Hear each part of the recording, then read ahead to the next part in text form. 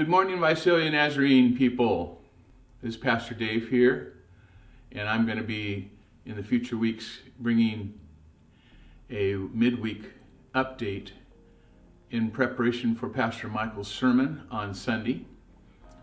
And Pastor Michael's been preaching out of the great hand of God in the people's lives in the Exodus. And today I'm going to be sharing some thoughts out of Exodus 14. You may remember that throughout Scripture, God had moved his mighty hand through the people, through many people, both in the Old and New Testament.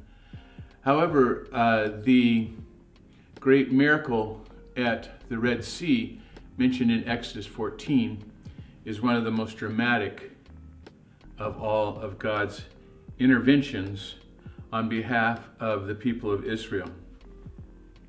As you might remember, the Israelites had been in captivity for hundreds of years under the iron fist of the Pharaohs, and they had been enslaved. And following the 10 plagues that Pharaoh brought upon the people, the Israelites had been granted their momentary freedom. As they escaped, the Hebrew nation found themselves trapped between the Red Sea in front of them and the world's most powerful army behind them. It seemed to the Israelites that their freedom and their very lives were all but lost. The enemy was closing in, and there was no escape. There was nothing to save them except for God's mighty hand. They were trapped, but they have a great God. And many times in our lives, we feel trapped, but we have a great God.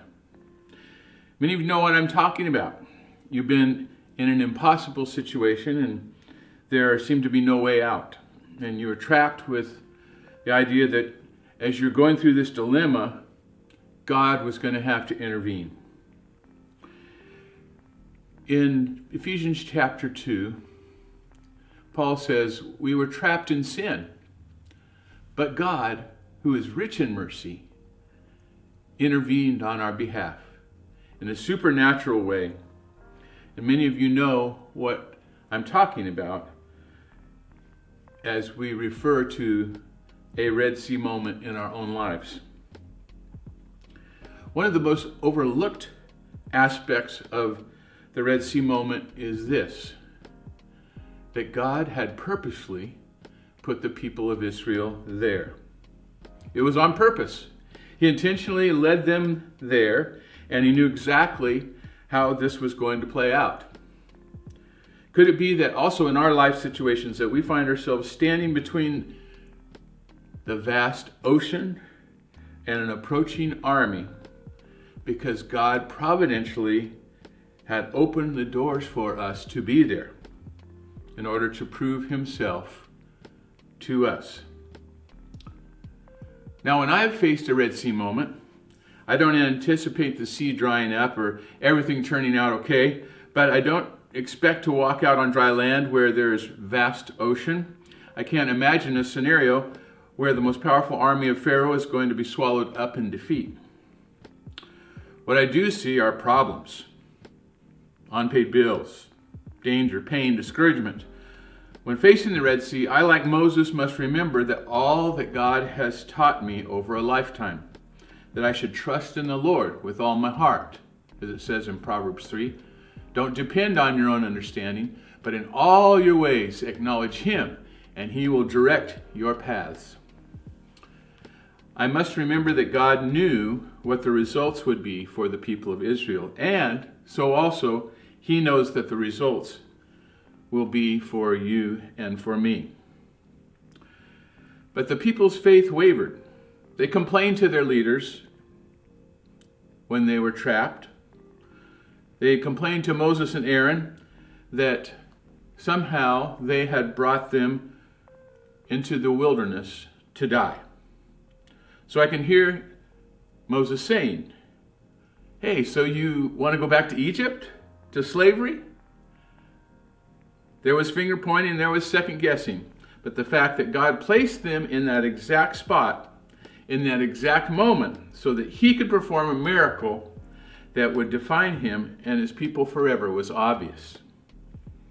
I had one of those moments 2 years ago in my life when our church granted me a 2-week sabbatical. I rode my bicycle from the Golden Gate Bridge down to Monterey. And as I was riding my bicycle one morning, very, very early, kind of this same time of year, with the sun coming up later, I left a little bit early from my hotel and riding south along Highway 1. And as I did, I rode through a residential neighborhood, and a car turned left and almost ran into me. Had to slam on its brakes. And afterwards, I was very, very grateful that God had intervened on my behalf.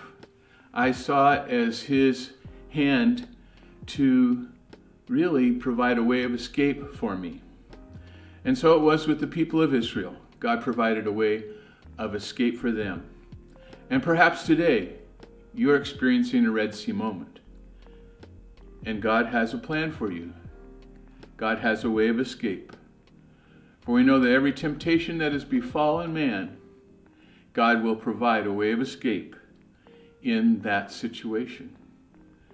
That's 1 Corinthians 10:13. So today, as we look forward to Sunday and Pastor Michael's sermon, I want you to contemplate this great story found in Exodus chapter 14. God bless you and have a great day.